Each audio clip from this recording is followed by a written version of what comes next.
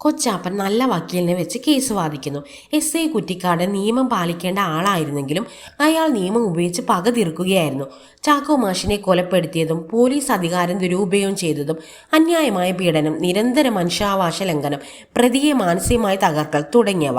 അതുകൊണ്ട് ജഡ്ജി വിധി രേഖപ്പെടുത്തി മുൻകൂട്ടി ആസൂത്രണം ചെയ്ത കൊലപാതകമല്ല, പ്രേരണ മൂലമുള്ള കുറ്റമെന്ന് കോടതി പരിഗണിച്ച് ശിക്ഷയിൽ ഇളവ് ലഭിക്കുന്നു. തോമസ് ചാക്കോ ജയിൽ മോചിതനായി. തുളസിയുമായുള്ള കല്യാണം കഴിയുന്നു. തുളസി ആട് തോമയെ തോമസ് ചാക്കോ ആക്കി മാറ്റുന്നു. പഴയ സ്വഭാവം ഒന്നുമില്ല. സ്വന്തമായിട്ട് ഒരുപാട് ലോറികളുമുണ്ട്. സാമ്പത്തികമായി ഉയർന്നു. ചാക്കോ മാഷിന്റെ പേരിൽ ഒരു സ്കൂൾ തുടങ്ങി. അപ്പന്റെ ഓർമ്മയ്ക്കായിട്ട് അവിടെ മാത്സ് പഠിപ്പിക്കുന്നത് ജാൻസിയാണ്. തുളസിയും അവിടെ ടീച്ചറായാണ് ജോലി നോക്കുന്നത്. ഹെഡ് മാസ്റ്റർ രാവുണ്ണി മാഷാണ്. സ്കൂളിൽ ചാക്കോ മാഷിന്റെ ഫോട്ടോന്റെ അടുത്ത് എഴുതി വെച്ചിട്ടുണ്ട്, ഭൂഗോളത്തിന്റെ സ്പന്ദനം മാത്തമാറ്റിക്സിലാണെന്ന്. തോമസ് ചാക്കോനും തുളസിക്കും ഒരു മകൻ. അപ്പാപ്പനെ പോലെ കണക്കിൽ മിടുക്കനാണ് കക്ഷി. പൊന്നമ്മച്ചിക്ക് ചാക്കോ മാഷില്ലാത്ത വിഷമമുണ്ടെങ്കിലും പേരക്കുട്ടികളുമായി സന്തോഷത്തിലിരിക്കുന്നു.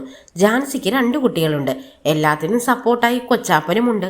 നാട്ടിൽ പേരുകെട്ട ഒരു മുതലാളിയായി മാറിയിരിക്കുന്നു തോമസ് ചാക്കോ. സുഹൃത്തു വലയങ്ങൾ ഇപ്പോഴുമുണ്ട്. എല്ലാവരും ദുശീലങ്ങളെല്ലാം നിർത്തി കുടുംബമായിട്ട് ജീവിക്കുന്നു.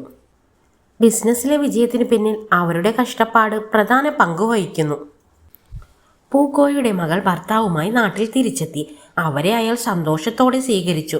അതിനൊരു കാരണവുമുണ്ട്. മുംതാസിന് വേണ്ടി പൂക്കോയ ഉറപ്പിച്ച ചെറുക്കൻ ഭാര്യയും മക്കളും എനിക്ക് വേറൊരുത്തിയെ വിവാഹം കഴിച്ചു. അപ്പോൾ അയാൾക്ക് മനസ്സിലായി മകൾ എടുത്ത തീരുമാനമാണ് ശരിയെന്ന്. കാലങ്ങൾ കടന്നുപോയപ്പോൾ പല മാറ്റങ്ങളും സംഭവിച്ചു. ഇപ്പോൾ പരസ്പരം വൈരാഗ്യമില്ല. അവരവരുടെ ജീവിതമായി മുന്നോട്ടു പോകുന്നു. മുറിവുകൾ മാനെങ്കിലും ഓർമ്മകൾ മാത്രം ബാക്കി.